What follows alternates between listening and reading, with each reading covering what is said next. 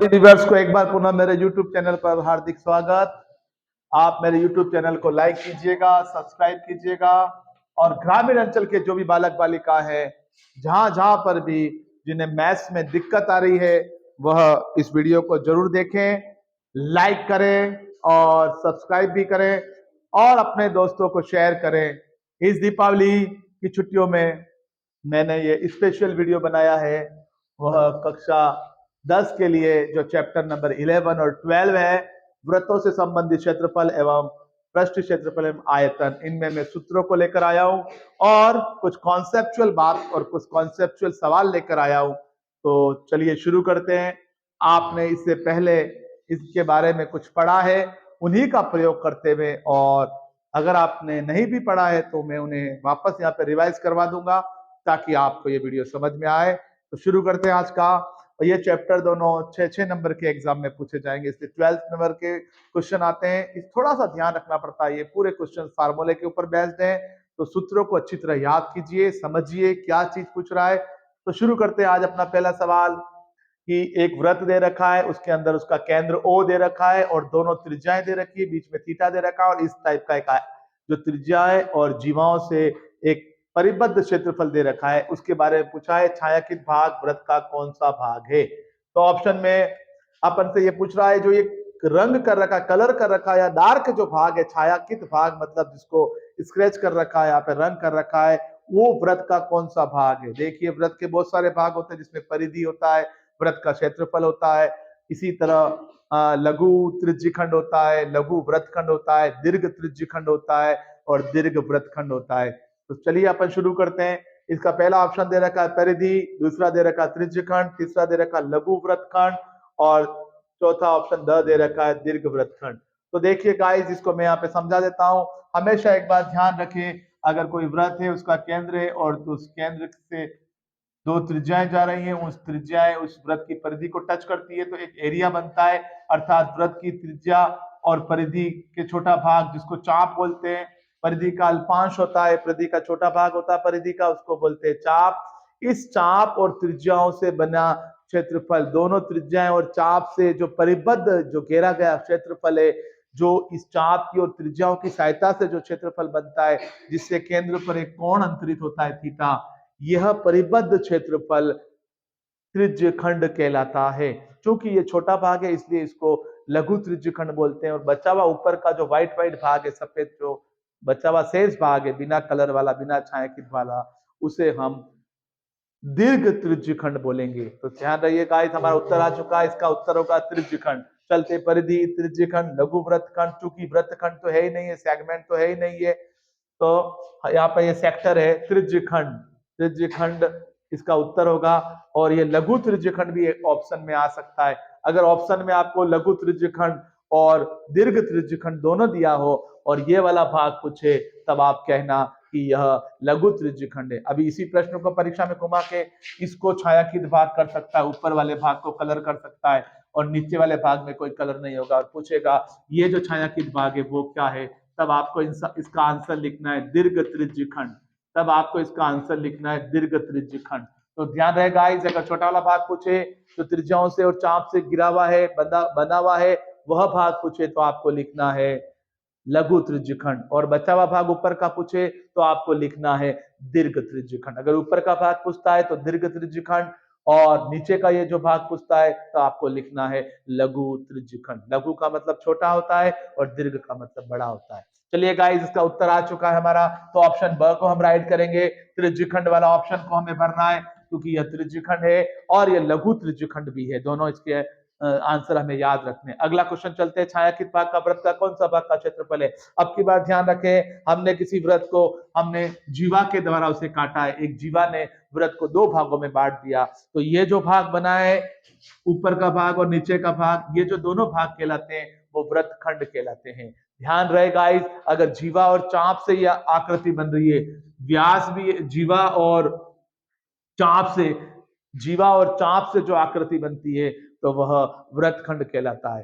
ध्यान रहे गाइस, जो ये नीचे का भाग है वो छोटा है तो इसको लघु वृत्तखंड बोलेंगे। ध्यान रहे इन दोनों में फर्क है, बोलते समय आप ध्यान रखना, उसमें त्रिज्य शब्द काम आएगा और इसमें वृत्तखंड काम आएगा। तो उसमें त्रिज्य खंड बोलना है और इसके अंदर वृत्तखंड बोलना है। छोटा भाग लघु वृत्तखंड कहलाता है और जो बड़ा भाग ऊपर वाला है, जो बिना छाया वाला है, उसे हम दीर्घ वृत्तखंड बोलेंगे। तो गाइस हमारा उत्तर आ चुका है, छायांकित भाग में वृत्त का कौन सा भाग है? तो परिधि नहीं है, त्रिज्यखंड नहीं है, लघु वृत्तखंड। यस, ये हमारा लघु वृत्तखंड है। तो ध्यान रहे गाइस, परीक्षा में अगर ऊपर वाले को अगर डॉट डॉट डॉट डॉट करके पूछ ले कि अब कौन सा भाग है, तब गाइस आपको ध्यान रखना है, अब की बार हम बोलेंगे दीर्घ वृत्तखंड है। अगर बड़ा भाग छाया में आ रहा है तो दीर्घ शब्द काम में लेना है, अगर छोटा वाला भाग अगर छायांकित कर रखा है तो लघु वृत्तखंड लेना है। तो गाइस क्योंकि हमारा सवाल में यह था, हमने वैसा ही कर दिया उस सवाल को वापस। अगला क्वेश्चन चलते हैं, परिधि बटे व्यास, परिधि भाजक व्यास। अगर परिधि में व्यास का भाग देते हैं तो इसका मान कितना आता है? ध्यान रहे गाइस, वृत्त की परिधि की बात हो रही है और वृत्त का व्यास हो रहा है। तो ध्यान रहे गाइस, वृत्त की परिधि के अंदर व्यास का भाग देना है। तो गाइस मैंने आपको बता रखा है परिधि और व्यास। परिधि का मतलब होता है एक वृत्त के अंदर केंद्र भी होता है, एक वृत्त के अंदर त्रिज्या होती है, एक वृत्त के अंदर व्यास होता है, एक वृत्त के अंदर क्षेत्रफल होता है, एक वृत्त के अंदर त्रिज्यखंड, लघु वृत्तखंड, जीवा, चाप, ये सब एक वृत्त में व्यास, ये सब इसमें होते हैं। परिधि का मान आपको पता ही है 2 पाई आर होता है और व्यास का मान आपको पता है त्रिज्या का दुगुना 2 आर होता है। तो ध्यान रहे, मैं एक बार पुनः बता देता हूं, ये वृत्त होता है, इसमें ये केंद्र होता है, इस केंद्र से एक निश्चित दूरी होती है, उस दूरी को अपन त्रिज्या कहते हैं, और जो दूरी का बिंदु पथ होता है उस बिंदु पथ को अपन परिधि कहते हैं। ये जो साइड की जो लाइन दे रखी है वो परिधि कहलाती है और इसे त्रिज्या बोलते हैं। और ये पूरी लाइन जब लंबी हो जाती है, त्रिज्या का दुगुना हो जाता है, तो उसको व्यास कहते हैं। एक प्रश्न पूछा जा सकता है, एक वृत्त के अंदर कितनी त्रिज्याएं हो सकती है? तो अनंत त्रिज्याएं हो सकती है। एक वृत्त में कितनी जीवाएं हो सकती है? अनंत जीवाएं हो सकती है। एक वृत्त में कितने व्यास हो सकते हैं? अनंत, खूब सारे व्यास हो सकते हैं। जीवा किसे कहते हैं? तो ध्यान रहे, परिधि के दो बिंदुओं को मिलाने वाली रेखा, परिधि के दो बिंदुओं को मिलाने वाली रेखा जीवा कहलाती है। और परिधि पर अगर कोई दो छोटे बिंदु दे रखे पास पास, तो जो भाग बनता है परिधि का छोटा भाग, जिसको अपन अल्पांश बोलते हैं, उसको चाप बोलते हैं। ध्यान रहे, ये जो बिंदु ए और बी है, चाप को हम ए बी, अगर यहाँ पर कोई बिंदु है तो चाप को हम ए बी करके ऐसे शो करेंगे और जीवा को हम सिंपली ए बी करके बताएंगे। चाप के ऊपर हम ऐसा राउंड बनाएंगे हल्का सा, तो इसको चाप बोलते हैं, चाप ए बी।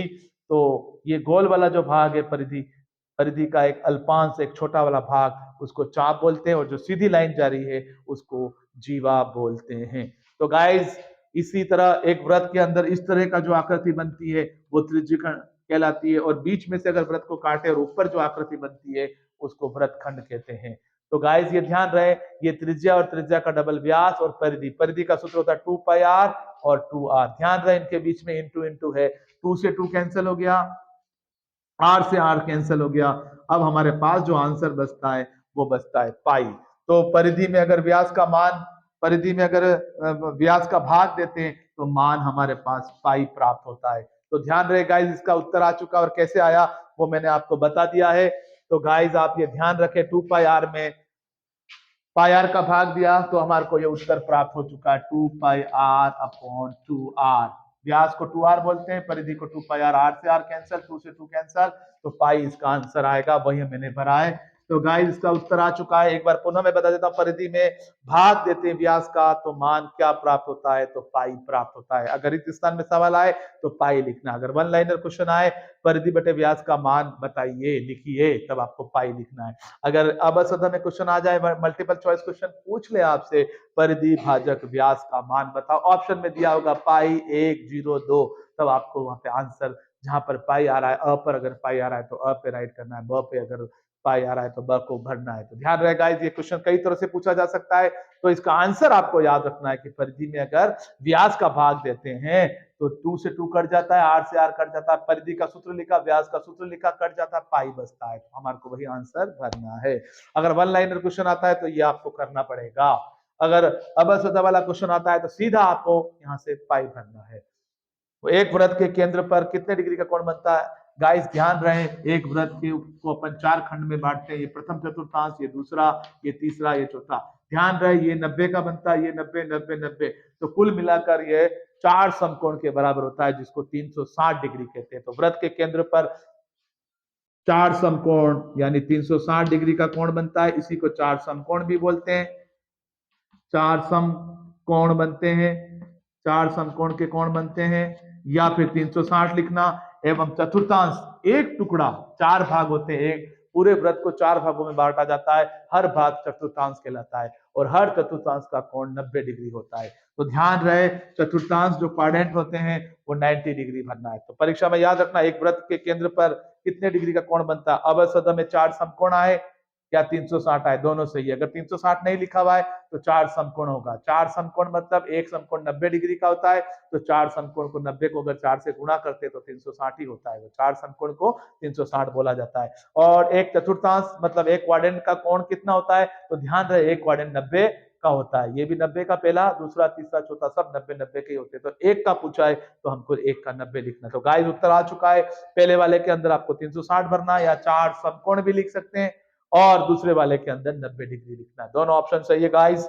अगला चलते हैं प्रश्न नंबर 5 के ऊपर। यदि एक वृत्त का परिमाप, यदि क्षेत्रफल संख्यात्मक रूप से बराबर है, एक वृत्त का परिमाप और लिख देते हैं, परिमाप एवं क्षेत्रफल संख्यात्मक रूप से बराबर है, तो उस वृत्त की त्रिज्या क्या होगी। तो गाइस ध्यान रहे, वृत्त के अंदर मैंने बताया था परिधि होती है 2πr और वृत्त का क्षेत्रफल हमारे पास होता है πr²।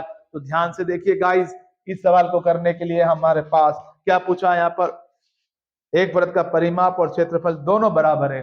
तो हमने यहाँ पे लिखा वृत्त का क्षेत्रफल और यहाँ पे लिखा परिमाप, दोनों बराबर है। ये दिया हुआ है हमको, तो क्षेत्रफल तो होता है πr² और परिमाप होता है 2 × π × r। ध्यान से देखिए गाइस, पाई से पाई खत्म हो गया, इधर दोनों तरफ सेम है तो पाई नीचे जाएगा, खत्म हो जाएगा, इधर बचेगा r² बराबर 2r। अब यहाँ पे r × r है, ये स्क्वायर का मतलब 2r है, एक r और खत्म हो गया, तो r का मान संख्यात्मक रूप से 2 ही आ रहा है। यहाँ पर r से r भी कैंसिल हो गया, पाई से पाई भी कैंसिल हो गया, तो इधर r बचेगा उधर 2 बचेगा गाइस। तो ध्यान रखें, मैंने क्या करा, πr² बराबर 2πr लिखा, पाई से पाई कैंसिल हो गया क्योंकि बटे में नीचे जाके वैसे भी कैंसिल होगा, और r² से एक r को काट देगा, तो यहाँ तो 2 ही बचेगा, और ये r² में 2 r थे, एक r नहीं, एक r को काट दिया, तो r बराबर 2, r को त्रिज्या को, तो त्रिज्या का मान 2 इकाई प्राप्त होगा। तो त्रिज्या का मान संख्यात्मक रूप से 2 इकाई प्राप्त होगा। तो आपको ये 2 आंसर इसमें भरना है, 2 इकाई। आगे चलते गाइस, कैसे आया वो मैंने यहाँ बता दिया, आप इसको नोट कर लीजिएगा।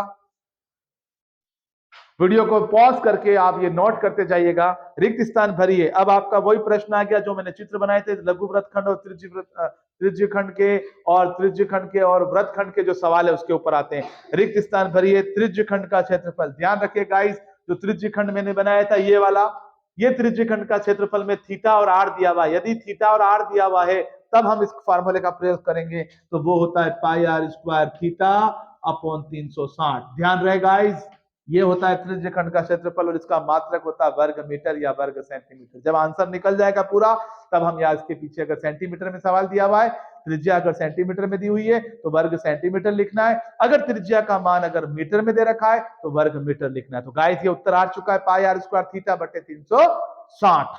आगे चलते हैं, दूसरा प्रश्न। अगर यही प्रश्न दिया है थीटा और आर अब की बार नहीं दिया है, थीटा नहीं दिया है, चाप की लंबाई निकालनी है, चाप की लंबाई, सॉरी थीटा और आर दिया है तो चाप की लंबाई निकालनी है। तो चाप की लंबाई का क्या मतलब होता है, अभी तो ये पूरा एरिया निकाला था बीच वाला, अब चाप की लंबाई को ध्यान से देखिए, मैं डार्क कर रहा हूं, यहां से लेके यहां तक की दूरी पूछी, इसको कहते हैं चाप की लंबाई। तो ये चाप की लंबाई का सूत्र होता है πr थीटा बटे 180। ये ध्यान रखना, πr थीटा बटे 180 जो होता है वो चाप की लंबाई का सूत्र होता है। आर यहाँ पे त्रिज्या है और थीटा केंद्र पे बना वाला कोण है। केंद्र पर इन दो त्रिज्याओं द्वारा केंद्र पे जो कोण बनता है उसको थीटा बोलते हैं।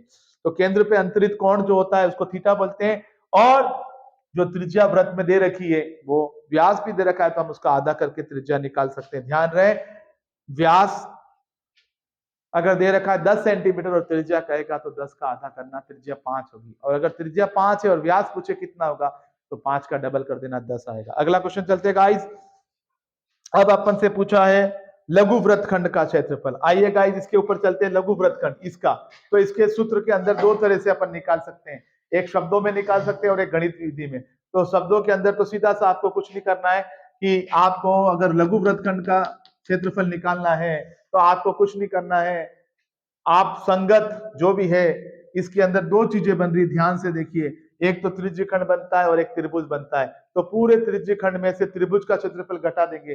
देखो ध्यान से देखो, हमको ये ऊपर नीचे वाला भाग निकालना है, तो हम इस पूरे में से ये वाला काट के फेंक देंगे बाहर, इस पूरे में से ये वाला काट के फेंक देंगे, त्रिभुज बन रहा है ऊपर, तो ये वाला भाग बचेगा। तो कहने का मतलब है, और इसका सूत्र भी मैं दोनों बता देता हूं, अगर वो कहे कि इनमें क्या संबंध है, सूत्र के रूप में दोनों चीजें आपको याद रखनी है। लघु वृत्तखंड का क्षेत्रफल का पहले सूत्र बता देता हूं। वो सूत्र होता है, पहले अपन लिखेंगे पाई आर स्क्वायर थीटा बटे 360, और यही आपको पता है त्रिज्यीय खंड का सूत्र भी यही होता है। ध्यान से देखिए त्रिज्यीय खंड, परंतु इसमें और एक चीज लिखनी है, त्रिभुज का क्षेत्रफल वो होता है आर स्क्वायर बटे 2 इंटू साइन थीटा। क्योंकि समकोण त्रिभुज बन रहा है और समकोण त्रिभुज का क्षेत्रफल उसमें से घटाना है। तो यानी कि अगर आपको हिंदी में लिखना है तो हिंदी में आपको मैं यहाँ बता देता हूँ कैसे लिखना है। यही सवाल अगर आ जाए और इसको पूछे, अब सदन में इस टाइप से ऑप्शन दे रखा है कि लघु वृत्त खंड का क्षेत्रफल बताओ, ल यानी लघु, व्र यानी वृत्त, ख यानी खंड, शे यानी क्षेत्रफल।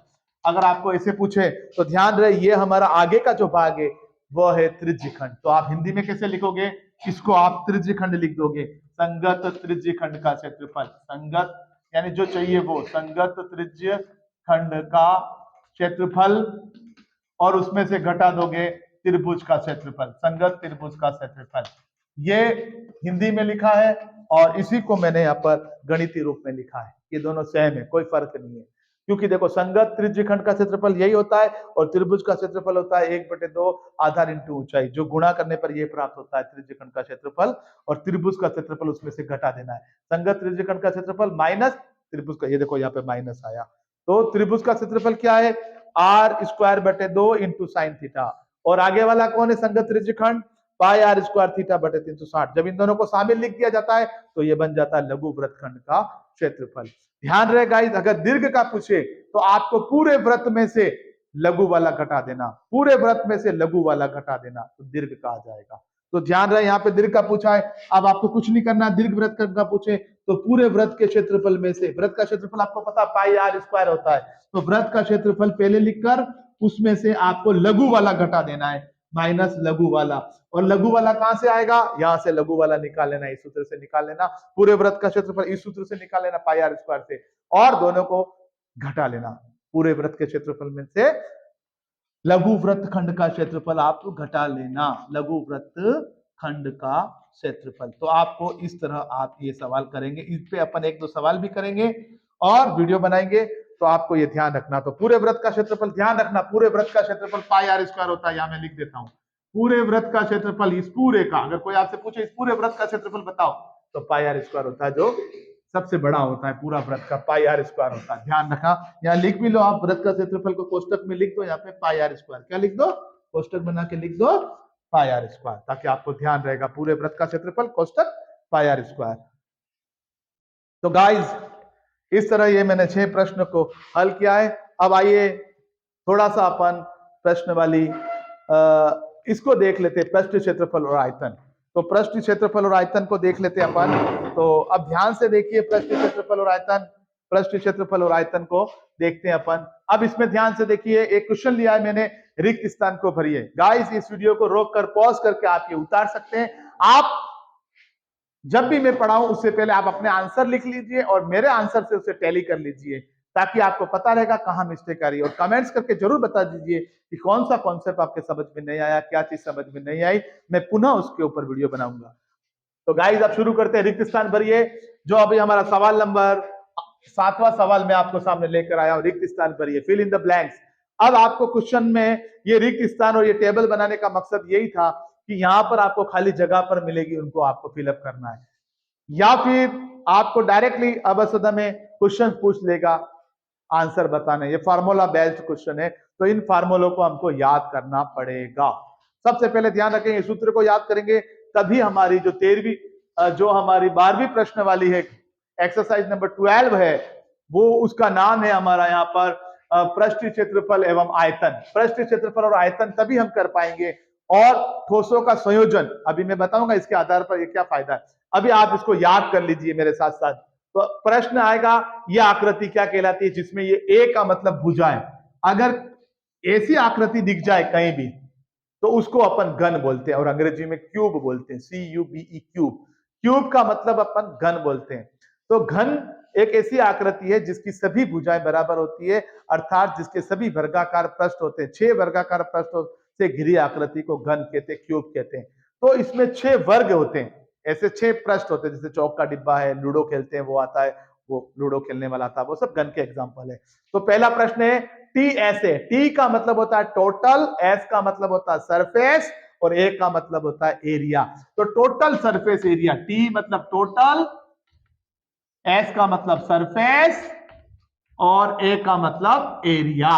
इसी तरह CSA का मतलब होता है, CSA लिखा है जहां पर मैंने, उसका मतलब होता है कर्व्ड सरफेस एरिया। तो ध्यान रखें, CSA का मतलब होता है कर्व्ड सरफेस एरिया और टोटल सरफेस एरिया। अब हिंदी में क्या कहते हैं टोटल सरफेस एरिया को? टोटल मतलब संपूर्ण, सरफेस यानी पृष्ठ, ए का मतलब एरिया क्षेत्रफल। तो हिंदी में बोलते हैं संपूर्ण पृष्ठ क्षेत्रफल, संपूर्ण, ऊपर नीचे आगे पीछे पूरा संपूर्ण पृष्ठ क्षेत्रफल वो कहलाता है। तो ध्यान रखें संपूर्ण पृष्ठ क्षेत्रफल। जैसे एक एग्जांपल ले रहा हूं मैं ये बोतल का। अब इस बोतल के अंदर मुझे अगर कहे, ध्यान से देखिए ये बेलन टाइप है, इसके बेलन का एग्जांपल है। अब अगर मुझे आपसे कोई पूछे, ये सेम है ऊपर नीचे, सपोज थोड़ी देर के लिए मान लो ऊपर नीचे इसका सेम है, ये जैसा पहना है वैसा ही ढक्कन है, जो डब्बे आते हैं शक्कर के डब्बे आते हैं और ये डब्बे आते हैं, उनको अपन ले सकते हैं। बोतल से समझा देता हूं। इस बोतल के अंदर जो संपूर्ण दिख रहा है, एक तो ये भाग दिख रहा है जो ये चारों तरफ का जहां स्टील लगी हुई है, और एक ये नीचे का भाग दिख रहा है, और एक ये ऊपर का भाग दिख रहा है। तो 3 भाग है इसके अंदर। पहला भाग ये व्रत का, ये वृत्ताकार भाग है, ये पाई आर स्क्वायर होता है, इसको कहते हैं पेंदा या आधार कहते हैं, बेस्ड आधार, जिसके ऊपर ये टिका रहता है। यहां से यहां तक जो होती है वो ऊंचाई कहलाती है, और ये सेंटर से लेके ये जो दूरी दिख रही है उसको त्रिज्या बोलते हैं। तो ये ध्यान से देखिए, ये व्रत की त्रिज्या है, इसको त्रिज्या बोलते हैं। और ये जो बॉटल है, इस बॉटल के अंदर जो कर्व एरिया, ये घुमा हुआ मुड़ा हुआ भाग है, इसको बोलते हैं वक्र पृष्ठ। ये वक्र पृष्ठ का क्षेत्रफल हो जाएगा, खाली इस इसका भाग, जिसमें ये और ये शामिल नहीं होंगे। अब ये और ये तीनों जब शामिल हो जाते हैं तो उसको टोटल सरफेस एरिया कहते हैं। इसको बोलते हैं कर्व वक्र पृष्ठ, जिसको कहते हैं 2πr(h), मैं लिखूंगा अभी बेलन में 2πr(h), और इसको नीचे वाले को कहते हैं पेंदे को कहते हैं पाई आर स्क्वायर, जिसको आधार भी बोलते हैं। आधार का क्षेत्रफल, बेलन का आधार, और आयतन हमेशा यही होता है, अगर किसी का आधार है और ऊंचाई है, इनका आपस में गुणा कर दो तो आयतन आ जाएगा। तो आयतन का क्षेत्रफल यही, किसी भी वस्तु का आयतन निकालना हो तो उसका पेंदे का क्षेत्रफल इंटू ऊंचाई से गुणा कर दो, आयतन आ जाएगा। तो पाई आर स्क्वायर, और ये ऊंचाई से करेंगे h, ये h होती है।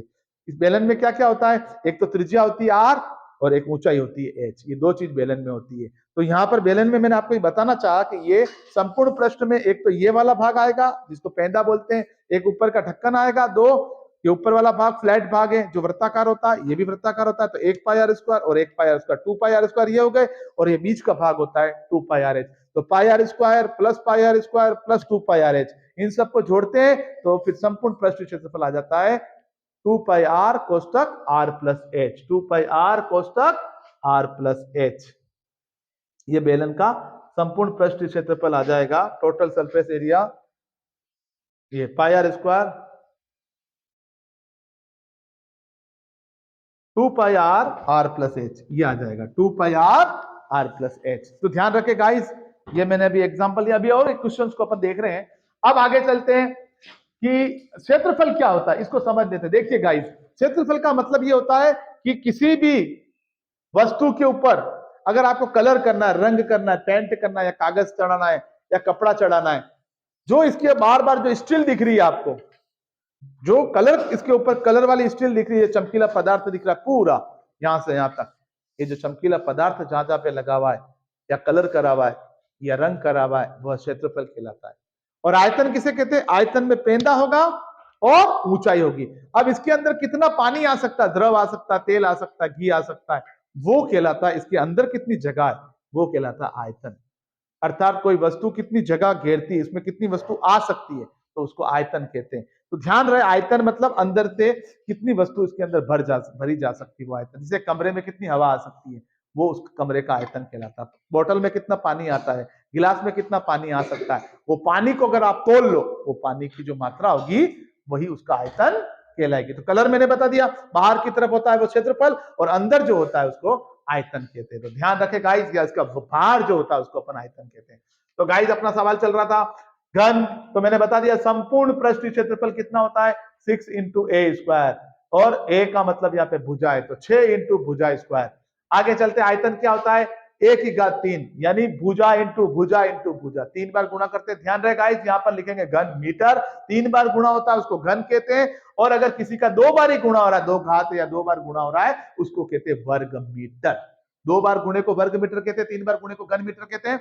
और इसमें पूछा विकर्ण की लंबाई, अगर एक घनाकार कमरा है उसके अंदर बड़ी से बड़ी कितनी लकड़ी रखी जा सकती है, तो ध्यान रहे गाइस, उसको विकर्ण कहते हैं, डायगोनल कहते हैं। एक घनाकार कमरे में उस कोने से लेके इस कोने तक कितनी लंबी लकड़ी रख सकते हैं, तो वो होता है अंडर रूट 3 इंटू भुजा।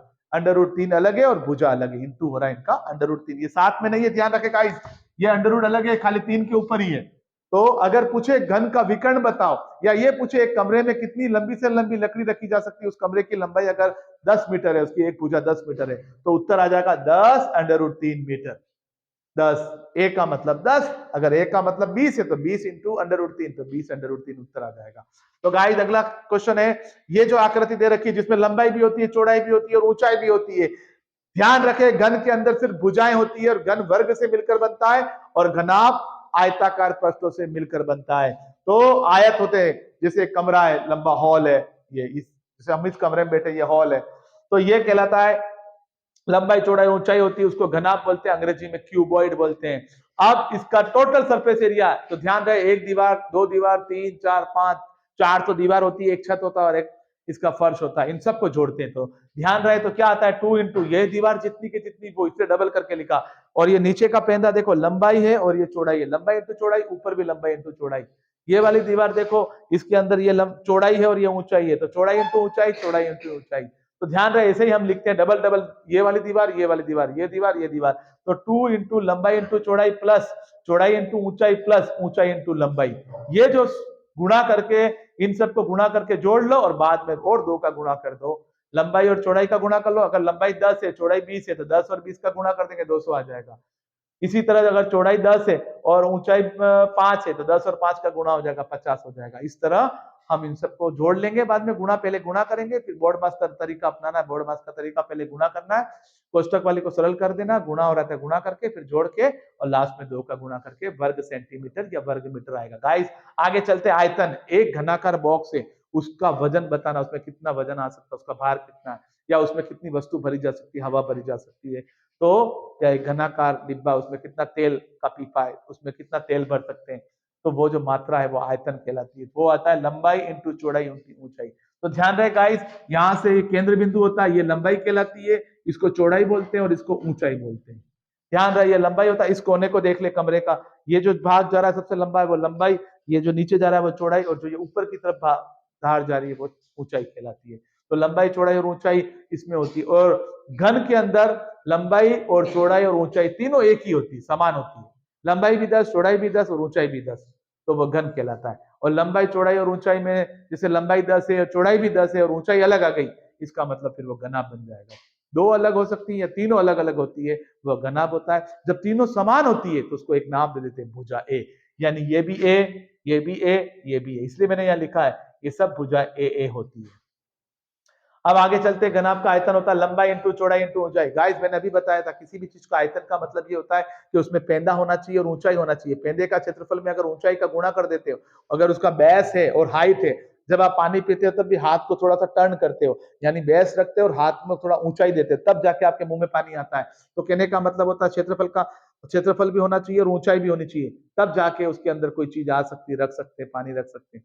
तो कहने का मतलब होता है लंबाई इंटू चौड़ाई, ये देखो लंबाई और ये चौड़ाई, ये तो पेंदे का क्षेत्रफल हो गया, और ये ऊंचाई ऊपर जा रही है, तो इन तीनों का जब गुणा कर देते लंबाई इंटू चौड़ाई इंटू ऊंचाई, तब जाके आयतन आता है। ध्यान रहे, ये पेंदे का क्षेत्रफल है, ये ऊंचाई है, तो लंबाई इंटू चौड़ाई इंटू ऊंचाई, ये घनाभ का आयतन का सूत्र होता है। इसका मात्रक भी घन मीटर या घन सेमी होता है, 3 बार गुणा हो रहा है। अब आता है एक घनाकार कमरा है, हॉल है, पहले मैंने कहा था वर्गाकार कमरा, आपका घनाकार कमरे में एक बड़ी लकड़ी रखनी है, बड़ी सारी लकड़ी रखनी है, तो सबसे बड़ी लकड़ी कितनी रखी जा सकती है, उसको विकर्ण कहते हैं। तो उस कोने से लेके उस ऊपर वाले कोने तक हमको वैसे लकड़ी सेट करनी पड़ेगी जो सबसे बड़ी आएगी, और उसका मान होगा विकर्ण होगा, विकर्ण बराबर अंडर रूट लंबाई का स्क्वायर प्लस चौड़ाई का स्क्वायर प्लस ऊंचाई का स्क्वायर, लंबाई का गुणा करके चौड़ाई में चौड़ाई का गुणा करके ऊंचाई में ऊंचाई का गुणा करके, तीनों को जोड़ के फिर वर्गमूल ले लेना, तो जो उत्तर आएगा वो घनाभ का विकर्ण कहलाता है। आगे चलते हैं, अगली आकृति दे रखी शंकु की, शंकु को अपन कौन बोलते हैं, कौन, जो मेहंदी का कौन होता है, जो जोकर की टोपी होती है, मेहंदी लगाती है लड़कियां, वो कौन आता है, वो मेहंदी का कौन।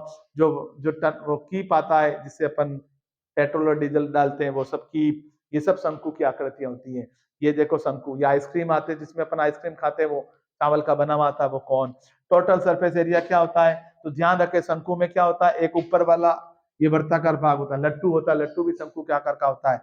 और ये लट्टू का ये ऊपर वाला भाग ये वृत्ताकार होता है, और ये नीचे वाला भाग इसको तिर्यक पृष्ठ बोलते हैं, है ना। कर्व सरफेस तिर्यक पृष्ठ बोलते हैं, तिरछा पृष्ठ बोलते हैं।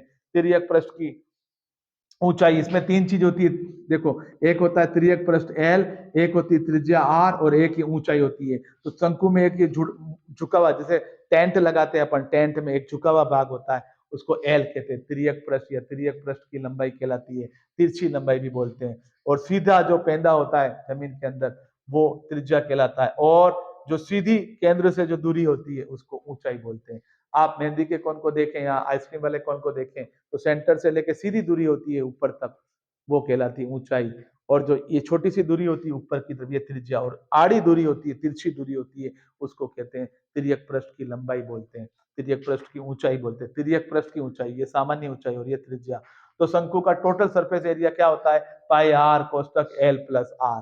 ठीक है, तो इसमें दो चीज होती है, शंकु में दो चीज होती है, एक तो ये ऊपर वाला भाग ढालू भाग, और एक नीचे का वृत्ताकार भाग। नीचे वाले भाग को कहते हैं पाई आर स्क्वायर। तो ध्यान से देखें, पाई आर और यार पाई आर स्क्वायर, और ढालू भाग होता है उसको पाई आर एल बोलते हैं, पाई आर एल। तो ये को गुणा खोलेंगे तो अलग अलग भागों में बढ़ जाएंगे। मैंने यहाँ पे कॉमन ले लिया पाई आर, और कोष्टक में लिख दिया एल प्लस आर। आगे चलते हैं, किसी शंकु के अंदर कितना पानी आ सकता है, कितना तेल आ सकता है, तो उत्तर आएगा V बराबर 1/3 पाई आर स्क्वायर एच। फिर आ जाओ कर्व सरफेस एरिया, वही ढालू भाग वाला, इसको तिर्यक पृष्ठ भी बोलते हैं। तिर्यक पृष्ठ का क्षेत्रफल, तिर्यक पृष्ठ का क्षेत्रफल कितना होता है, पाई आर एल। तिर्यक पृष्ठ का curve surface area pi r L. आगे चलते हैं, बेलन। बेलन आपने सबने देखा है, जो घरों में सिलेंडर काम में लेते हैं, गैस के सिलेंडर, पाइप है, नली है, कोठी है, ड्रम है, ये ड्रम जो है वो बेलन होते हैं। बेलन में दो ही चीज होती है, एक तो त्रिज्या होती है और एक ऊंचाई होती है। ध्यान रहे, शंकु के अंदर तीन चीज होती है, एल आर एच। अगर कोई आपसे पूछे शंकु के तिर्यक पृष्ठ की लंबाई बताओ, ये भी बता सकते हैं, तो एल बराबर, तिर्यक पृष्ठ की ऊंचाई बताओ, एल बराबर अंडर रूट, अगर आर और एच का मान दे रखा है, जैसे आर का मान 3 दे रखा है और एच का मान 4 दे रखा है, तो मैंने कहा था पाइथागोरस ट्रिपलेट में वो 5 होता है, तो 3 में 3 का गुणा करेंगे 9, प्लस 4 में 4 का करेंगे 16, में 9 जोड़ेंगे 25, 25 का वर्गमूल लेंगे 5 आता है। तो ध्यान रहे गाइस, अगर आर और एच दे रखा है, किसी शंकु की त्रिज्या और ऊंचाई दे रखी है, तो शंकु के तिर्यक पृष्ठ की ऊंचाई ज्ञात की जा सकती है। तो कैसे ज्ञात करनी है, एल बराबर under root r square plus h square, ऐसा करके वर्गमूल दोगे, आपको एल की लंबाई, एल पता लग जाएगा, फिर वो एल यहाँ पे रख दोगे आप। तो एल इसके अंदर, ये इसका सूत्र ध्यान रखना, ये इसके अंदर आ रहा है, तो ये एल का मान हम इसके अंदर रख देंगे और आ जाएगा। अब आ जाते हैं अपने पास बेलन के अंदर। बेलन कैसा होता है, टोटल सरफेस एरिया क्या होता है, 2 पाई आर ब्रैकेट के अंदर, फिर आर प्लस एच लिखना है। फिर इसका आयतन क्या होता है बेलन का, तो बेलन का आयतन होता है पाई आर स्क्वायर एच। बेलन का आयतन क्या होता है, 3 नहीं आएगा, पाई आर स्क्वायर एच। ध्यान रहे, बेलन के अंदर पानी ज्यादा आता है और शंकु के अंदर पानी कम आता है। अगर परीक्षा में आ जाए, एक बेलन के अंदर, एक शंकु के अंदर 10 लीटर पानी आता है, तो बताओ बेलन का आयतन कितना होगा, बेलन में कितना पानी आएगा। तो ध्यान रखो, यहाँ पे किसका गुणा हो जाएगा, 3 का। ठीक है, अगर 30 लीटर आएगा, कितना आएगा, और अगर बेलन में 30 लीटर पानी आ रहा है, तो शंकु में कितने लीटर पानी आएगा, तो 10 लीटर। ठीक है, 3 का भाग देना है, बेलन का अगर दिया हुआ है और शंकु का कहे तो 3 का भाग देना है, और शंकु का दिया हुआ है और बेलन का कहे तो 3 का गुणा करना है। ठीक है, अगर बेलन का आयतन 15 घन मीटर है, तो बताओ शंकु का कितना होगा, तो 15 में 3 का भाग दे दोगे तो 5 घन मीटर आएगा, यानी शंकु कम होता है, बेलन ज्यादा होता है। अगर बेलन का दिया हुआ है और शंकु का पूछे तो 3 का भाग देना, ये देखो 3 नीचे आ रहा है भाग में, और शंकु का दिया हुआ है और बेलन का पूछे तो 3 का गुणा कर देना। अगर शंकु में 5 लीटर पानी आ रहा है, तो बेलनाकार पात्र में कितना आएगा, 15 लीटर, 5 3 15। आगे चलते हैं। अगर इसी के अंदर अगर पूछे टोटल सरफेस एरिया क्या है, तो 2 पाई आर एच। बेलन का वक्र पृष्ठ क्या है, कर्व सरफेस एरिया क्या है, तो 2 पाई आर एच। ध्यान रहे ये चीज मैंने बताई आपको, अभी बताया था बेलन में 3 होते हैं, एक ऊपर और एक नीचे वृत्ताकार भाग, ऊपरी वृत्ताकार भाग, निचली वृत्ताकार भाग, और बीच में होता है कर्व एरिया। ये बीच वाला ये होता है, और ऊपर वाला पाई आर स्क्वायर, नीचे वाला पाई आर स्क्वायर, और तीनों को जब जोड़ लेते हैं तो ये आता है 2 पाई आर कोष्टक आर प्लस एच। तो गाइस आगे चलते हैं। ये दे रखा है, ये आकृति कौन सी है, गोला। गोले का टोटल सरफेस एरिया क्या होता है, यहां से लेके पूरा गोले पे कलर करना है, तो कितना आएगा 4 पाई आर स्क्वायर। और आधे गोले का पूछेगा तो ध्यान रखे, आधे गोले का पूछे टोटल सरफेस एरिया तो 3 पाई आर स्क्वायर। गाइस याद रखना 2 पाई आर स्क्वायर मत कर देना, आधे गोले का 3 होता है और पूरे गोले का कैसे होता है ये ध्यान रखें आप, क्योंकि जब आधा करते हैं तो ऊपर भी एक वृत्ताकार भाग आता है और ये नीचे 2 वृत्ताकार भाग, इस गोले में 4 वृत्ताकार भाग होते हैं, 1 2 3 4, तो 4 पाई आर स्क्वायर। अब इसमें देखो 1 2 और ये 3, तो इसका 3 पाई आर स्क्वायर, क्योंकि इसके अंदर आधा करेंगे तो ये ऊपर का भाग पूरा चला जाएगा, पर ऊपर आधा अपन को दिखेगा। तो ध्यान रखें एक गोले का आयतन कितना होता है, पूरे गोले का आयतन कितना होता है, 4/3 पाई आर क्यूब, आर की घात 3, यानी r into r into r into 3 बार आर। अब आगे चलते, अर्ध गोले में कितना होता है आयतन, ध्यान रखें यहाँ 4 आ रहा है तो आपको सिर्फ 2 लिखना है, 4 की जगह 2/3 पाई, बाकी वैसा के वैसा लिखना है। तो गाइज आप इन सूत्रों को याद कीजिएगा, प्रैक्टिस कीजिएगा। और अब मैं थोड़ा सा इस 2 मिनट के अंदर मैं आपको एक ठोसों का संयोजन एक सवाल में बता देता हूं, ताकि आपको ये 12वां चैप्टर में आपको क्लियर हो जाएगा। इन सूत्रों का अपन प्रयोग करेंगे, ध्यान रखें गाइज, इन सूत्रों को देखिएगा। लास्ट क्वेश्चन है अपना, और ये गाइस थोड़ा वीडियो लंबा हो रहा है, बट दीपावली की छुट्टियां आ गई हैं, इसलिए वीडियो लंबा हो रहा है, तो होने दो, ताकि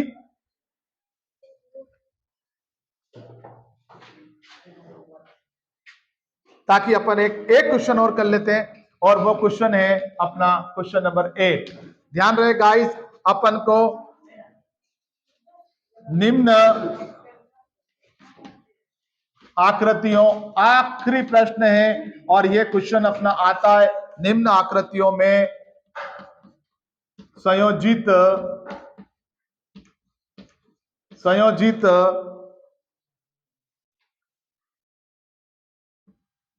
हो रही विभिन्न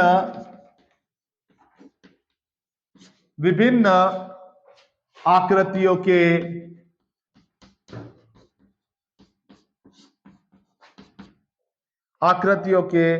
नाम लिखिए। कौन कौन सी आकृति दिख रही है आपको, उसके नाम लिखने हैं, एवं संपूर्ण पृष्ठ क्षेत्रफल बताइए।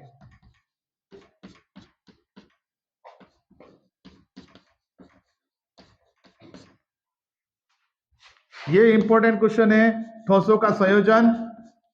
ध्यान रखिए, इसके अंदर आपको पहले ये पता करना है कि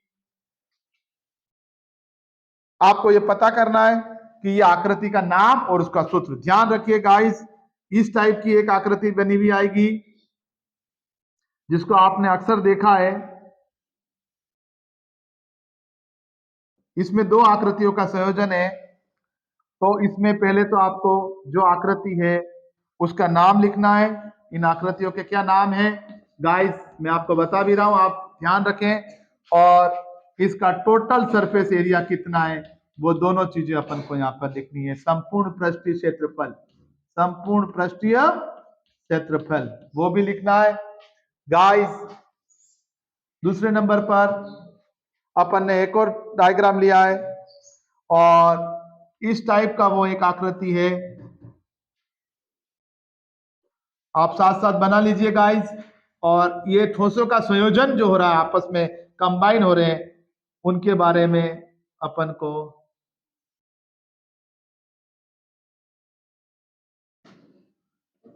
ये 2 आकृतियां हैं, और इन दोनों में आपको ये बताना है कि इसका नाम क्या है, इनमें कौन कौन सी आकृति आ रही है, और इनका भी टोटल सरफेस एरिया बताना है। इस तरह से ये 2 आकृतियां ली है मैंने, और एक आकृति और ले लेते हैं अपन, ताकि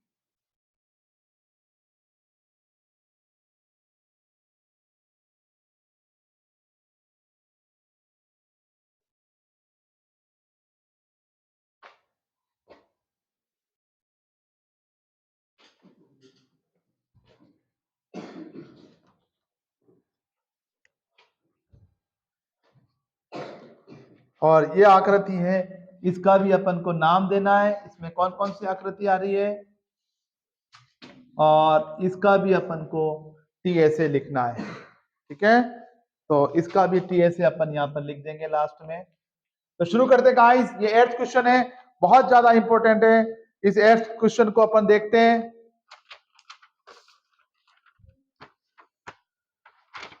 तो अपने के पास जो है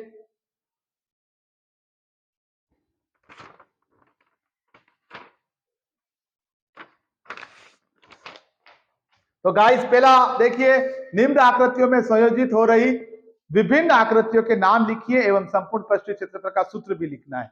तो ध्यान रखिए गाइस, इसको देखिए और उधर उधर वीडियो उधर में इसको ढूंढिए। अभी इसके अंदर, इसमें अंदर ढूंढिए ये कहाँ है।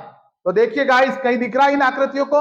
इन आकृतियों में ध्यान से देखिए, इनमें कौन कौन सी आकृति नजर आ रही है। इसमें दो आकृति मिक्स करके दे रखी है, संयोजन करके दे रखा है। ध्यान से देखिए गाइस, इसमें कुछ दिख रहा है?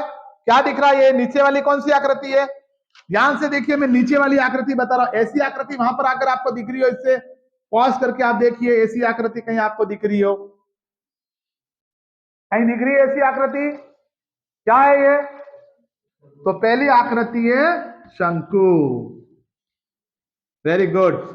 और दूसरी आकृति को देखिए गाइस, इसी के अंदर एक और आकृति बनी हुई है। ध्यान से देखना गाइस, ये मैं डार्क करके बता रहा हूं। इस टाइप से कोई आकृति दिख रही है आपको? ये वाली, ये डार्क डार्क मैंने करा है, ये दिख रहा है आपको ऐसा कहीं? क्या दिख रहा है इनमें से? देखो, first, second, third, fourth, fifth, six में कहीं दिख रहा है? कौन सा है? 6 नंबर वाला देखिए, ऐसा ही बना हुआ है। और क्या है वो? अर्धगोला, हाफ स्फीयर। तो ये अर्धगोला हो गया।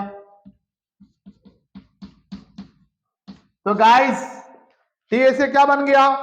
इसमें दो आइटम आ रहे हैं। एक तो शंकु का क्षेत्रफल, शंकु का क्षेत्रफल। अब शंकु, अब ये ऊपर ढका हुआ है, ध्यान से देखिए। अब ये बीच के अंदर, इसके अंदर बीच का भाग नहीं दे रखा है, अर्धगोले का CSA और शंकु का CSA। अब ध्यान रखो, इसका टोटल सरफेस एरिया निकालना है। इधर देखो, ये बीच वाला भाग है ना, वो नहीं गिना जाएगा। ठीक है, बीच वाला भाग क्यों? क्योंकि ये तो पैक है ना, यहां से यहां लेके यहां तक यही दिख रहा हमको। तो ये तो अंदर है ना, यही दिख रहा है। देखो, ये वाला भाग दिख रहा है, ये दिख रहा है, फिर ये गोले वाला भाग दिख रहा है, और ये दिख रहा है। बस, अंदर का ये भाग तो नहीं दिख रहा। ये तो पूरा भरा हुआ है, ये तो भरा हुआ। हमको दिख क्या रहा है? खाली ये वाला भाग। तो यहां से यहां तक तो ये क्या हो गया? शंकु। और शंकु का फिर एक पृष्ठ, ढालू भाग। क्या लिखा था? शंकु का CSA। शंकु का CSA अपन ने लिखा था, देखो वहां पर, शंकु का CSA πRL।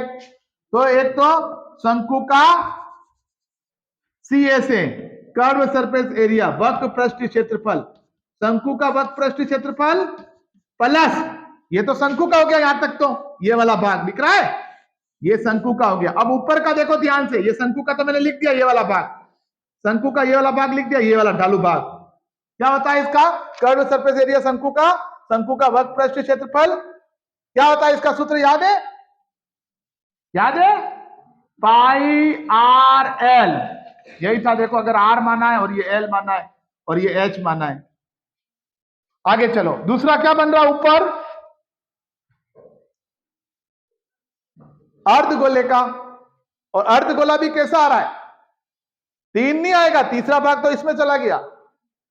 अर्धगोले का CSA, अर्धगोले का CSA। तो क्या होगा? अर्धगोले में तो आपने 3 लिखा है, पर 3 नहीं आएगा यहां पर। क्यों? क्योंकि एक बीच वाला भाग तो अंदर चला गया, तो 2 ही भाग आएंगे। 4 होते हैं ना, 4πr²। तो 4 में से ये देखो, ये वृत्त में 4 होते हैं, आधा करा तो 2 तो ऊपर खत्म हो गए, नीचे वाला खत्म कर दिया। अब ये वाला जो भाग है तीसरा, वो तो इससे जुड़ा हुआ है ना अंदर, तो इसको नहीं गिनेंगे। खाली ऊपर वाला कितना आएगा? 2πr²। कितना आएगा? तो ये ध्यान रहे, इसका आंसर 2πr²। 3π नहीं करना है। क्यों नहीं करना 3π? तो तीसरा भाग तो बीच में आ गया ना, अंदर बना हुआ। आइसक्रीम खाते हो तो बीच में थोड़ी है, तो ये बना हुआ भाग है, ऊपर से अपन को एरिया निकालना है। ठीक है, तो क्या हुआ बोलो, इसमें कौन कौन सी आकृति दिख रही है? शंकु और अर्धगोला। फिर इसका टोटल सरफेस एरिया यानी संपूर्ण पृष्ठ क्षेत्रफल क्या होता है? शंकु का वक्र पृष्ठ, शंकु का सीएसए प्लस अर्धगोले का सीएसए। सीएसए मतलब वक्र पृष्ठ, हिंदी में कहते हैं वक्र पृष्ठ। यहाँ पे मैंने देखो अंग्रेजी में लिखा है और यहाँ पे हिंदी में लिखा है, आप एक में कर देना दोनों को, है ना। सीएसए को वक्र पृष्ठ बोलते हैं, वक्र पृष्ठ क्षेत्रफल एक में लिखो और कोष्टक में कर देना सीएसए। क्या कर दोगे? सीएसए, वक्र पृष्ठ क्षेत्रफल, शंकु का वक्र पृष्ठ क्षेत्रफल। तो क्या आंसर आया इसका? Pi r l plus 2 pi are square. अब इनका मान रख दो, एल का आर का, और उत्तर आ जाएगा। और पाई का मान आपको पता है, या तो 3.14 होता है या 22/7 होता है। अब इसका बताओ, इसमें कौन कौन सी आकृति दिख रही है? इसमें क्या क्या दिख रहा है? एक देखो, नंबर 1 शंकु दिख रहा है, शंकु। दूसरा कौन सा दिख रहा है? बेलन दिख रहा है, ये देखो बेलन 2 नंबर, शाबाश बेटा, वेरी गुड। और तीसरे नंबर पे कौन दिख रहा है? अर्धगोला। कौन सा दिख रहा है? अर्धगोला। चलो इसका एरिया बता दो, टोटल सरफेस एरिया बता दो। चलो कौन बताएगा? पहले कौन आ रहा? शंकु। तो शंकु का सीएसए, टीएसए नहीं, टोटल सरफेस एरिया तो निकालना, कर्व सरफेस एरिया। तो शंकु का वक्र पृष्ठ क्या होता है? याद है शंकु का वक्र पृष्ठ?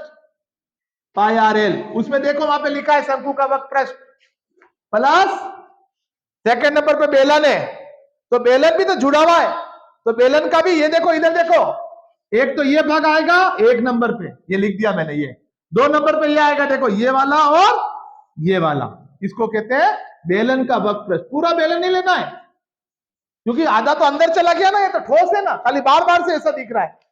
बेलन का वक्र पृष्ठ यानी टीएसए, अरे सीएसए प्लस, नीचे देखो अर्धगोला, अभी बताया था जैसे इसके ऊपर है ऐसा ही ये नीचे आ गया, अर्धगोले का वक्र पृष्ठ, लिखते रहो अर्धगोले का वक्र पृष्ठ।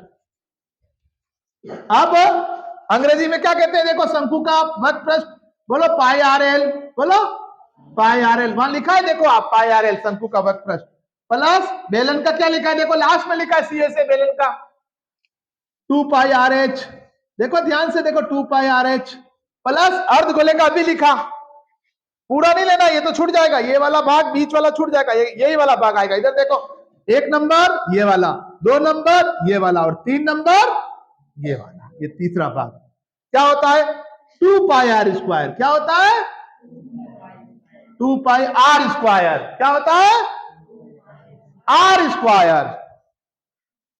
अब इस तरह ये आ गया। अब एक और देखो, एक डिब्बा है, गना का डिब्बा है, गन क्यूब ऐसा डिब्बा है, उसके ऊपर क्या रखा हुआ है? देखो अर्धगोला रखा हुआ है। अब ध्यान से देखना, अपन को कैसे निकालना है? एक तो पूरा डिब्बा में से ये भाग नहीं आ रहा, देखो ये डिब्बे के अंदर चला गया ये वाला भाग, तो ये वाला मत दिखना, ठीक है। तो डिब्बे में से अपन को ये निकाल देना है, अर्धगोला निकालना पड़ेगा।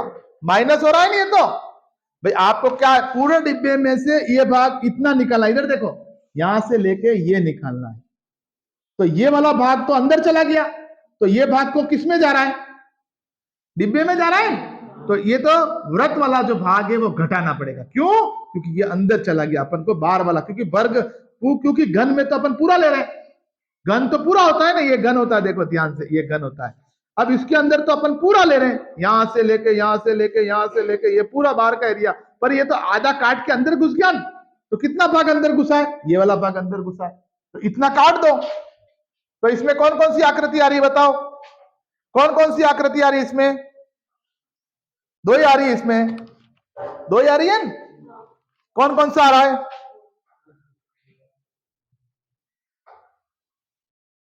कौन कौन सी आकृति दिख रही है?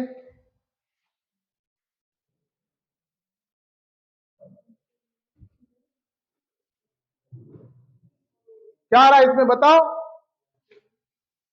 ये ब्लॉक है, एक ब्लॉक का, तो टीएसए में एक तो आ रहा है घन और क्या आ रहा है?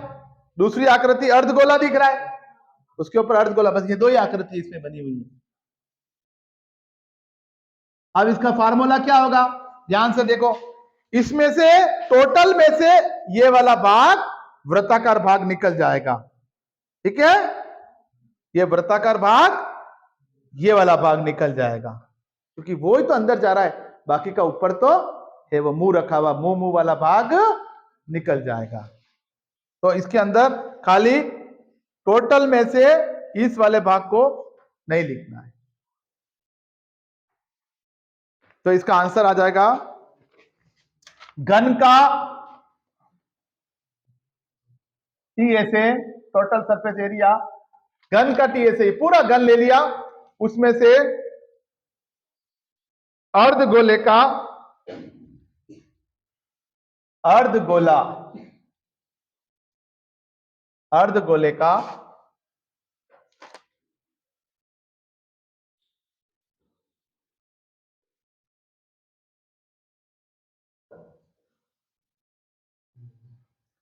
अर्धगोले का ये ऊपर वाला, ये बीच वाला घटाना है, सीएसए प्लस ये ऊपर वाला गोला और आ रहा है, अर्धगोले का सीएसए, अर्धगोले का टीएसए।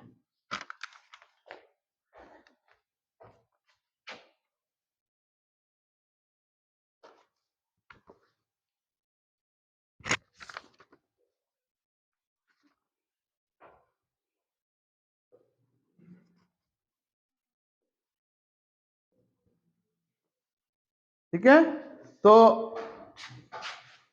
अर्धगोले का सीएसए ले लेना यहां पर, और यहां अर्धगोले का, यहां पे ध्यान से देखो, अर्धगोले का आधार का क्षेत्रफल जा रहा है, यानी वही त्रिज्या जा रही है, ये पाई आर स्क्वायर जा रहा है। अर्धगोले का, इधर देखो बेटा, अर्धगोले का आधार का क्षेत्रफल क्या लिखोगे, अर्धगोले का, अर्धगोले का आधार का क्षेत्रफल, वही मतलब पाई आर स्क्वायर, इसको पाई आर स्क्वायर बोलते हैं, और माइनस अर्धगोले का सीएसए, अर्धगोले का सीएसए, यही मैं कह रहा था, पाई आर स्क्वायर घटाना है, सीएसए। तो ध्यान रखें, वापस बोल रहा हूं, घन का टीएसए ये पूरा ब्लॉक है, इस घन का ब्लॉक का जो टीएसए आएगा वो टोटल इस आकृति का, इस ब्लॉक का टीएसए जो आएगा इसको ब्लॉक कहते हैं, इस आकृति का, इस आकृति को घन नहीं बोलेंगे, इसमें दो तीन आकृति मिक्स है। तो देखो, एक तो घन का टीएसए, टोटल सरफेस एरिया घन क्या होता है 6 इंटू भुजा स्क्वायर, माइनस अर्धगोले का आधार का क्षेत्रफल, ये अर्धगोला यहां पे आ रहा है, ये वाला घटाना, ये वाला भाग,